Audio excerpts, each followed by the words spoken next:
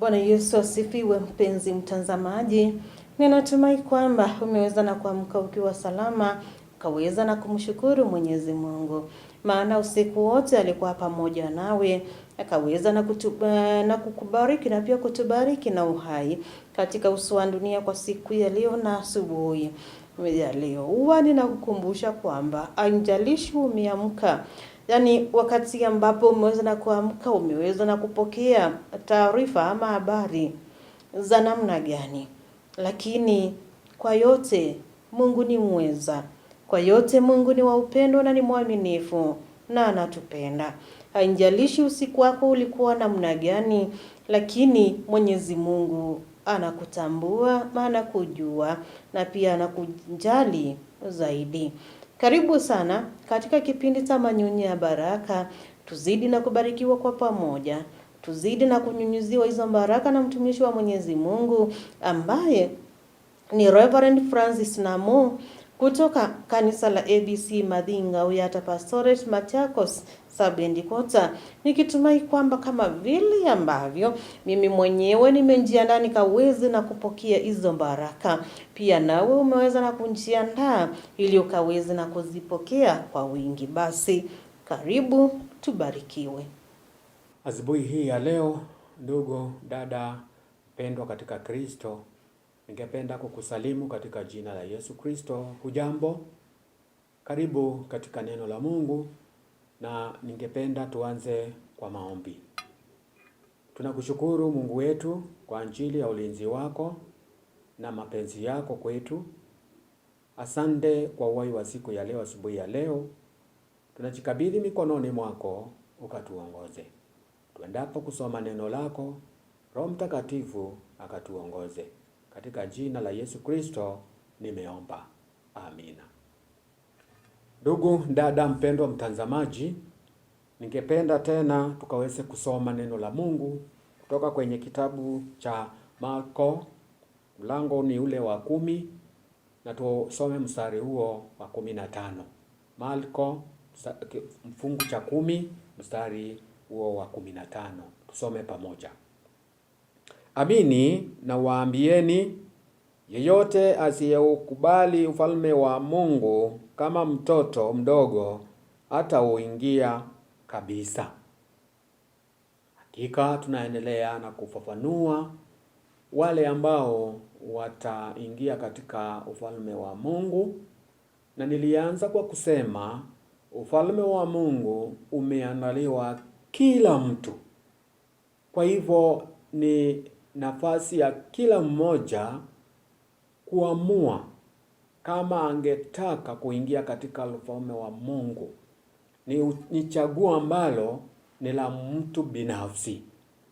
Japokuwa kwa Mungu angependa sisi zote tuingie katika ufalme huo wake. Na ningependa kusema ya kwamba Yesu mwenyewe aliufananisha ufalme wa Mungu kwa wale wataingia ni wale ambao wanajiweka katika hali kama jinsi mtoto anavyojiweka akiwa tu hapa ulimwenguni. Tunajua desturi, tunajua mambo ambayo mtoto anayo katika maisha ya kiutoto, na bila shaka tunajua ya kwamba mtoto anamjua baba yake na mama yake. Mtoto hutofautisha mgeni na mtu wa boma. Kwa hivyo kama mtoto mdogo anaanza kuelewa na mama yake akiwa mchanga sana, na anaendelea kumjua baba yake akiwa tu mchanga sana, sisi ambao tumesaliwa ndani ya Kristo tunafaa kuelewa baba yetu ni nani. Baba yetu ni Mungu, na yeye ndiye anayetuongoza.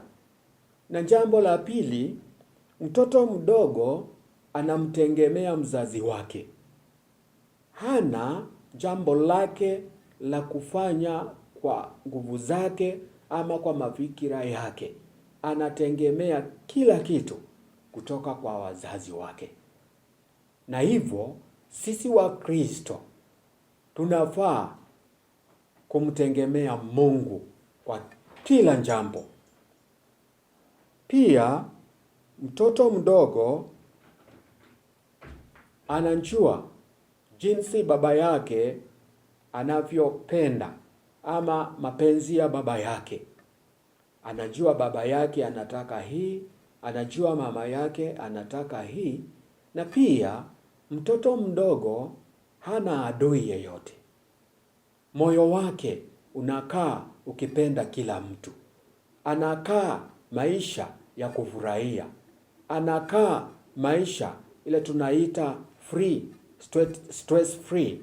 Ana mambo ambayo yanaingia ama yanamsukuma kimoyo moyo. Kwa hivyo Yesu alimaanisha nini? Alimaanisha wale ambao tunatarajia kuingia katika ufalme wa Mungu, ni lazima kwanza tuelewe ya kwamba msaada wote wa maisha yetu unatoka kwa Mungu aliye baba yetu. Kwa hivyo tukianjua ya kwamba mambo yote yanatokana na Mungu, yeye ndiye mlezi wetu, yeye ndiye muhifadhi, yeye ndiye anaye tutafutia, yeye ndiye anaye tuinua na tuongoza, hakuna jambo lolote ambalo tutakosa kwake. Na maisha yetu yote tutamtegemea Mungu. Jinsi mtoto anavyomtegemea mzazi. Kuna watu wengi ambao katika maisha haya, japo kuwa tu wameamini Kristo, wanategemea mali zao. Wanaongozwa na mali yao. Hawadumu wakijua mali si yao, mali ni ya Mungu, ndiye amewapa. Kwa hivyo ni kusema nini? Wanategemea Mungu tu. Yeye ndiye anawaamurisha jinsi watakavyofanya na jinsi watakavyoenenda. Pia japo kuwa sisi tu wa Kristo, uadui umejaa katika mioyo yetu. Tunawachukia wenzetu. Wengine tunajiona ya kwamba sisi tu watakatifu kuliko wengine. Hatuwezi kusameheana. Mtoto ukimkosea dakika 3 ama mzazi akimkosoa akimchapa, mara tu atakapoachana na kumchapa, watamaliza dakika 2-3, mtoto anasahau. Hiyo jambo hata iweka katika moyo wake. Hata muona kama ni adui. Na hivyo ndivyo maisha ya Kikristo kwa wale ambao tunataka kuingia katika ufalme wa Mungu. Hautaingia kama umejaza maadui katika moyo wako. Kuna watu ambao unaona, hapana, huyu siwezi nikaongea na yeye, huyu siwezi nikatembea na yeye, huyu amenifika hapa, siwezi kumsaidia. Ufalme wa mbingu si wa watu wa aina hiyo. Lakini Kristo amefafanua vizuri, ni wa wale wanaochukua kama watoto wadogo. Watoto wadogo nimeeleza ya kwamba hawana uadui na yeyote. Wanategemea tu nguvu na uwezo wa Baba.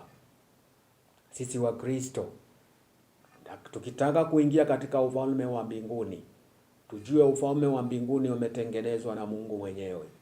Na kwa sababu sisi ni wapitaji hapa ulimwenguni, vitu ambavyo tunaziona hapa ulimwenguni yote ni mali ya Mungu.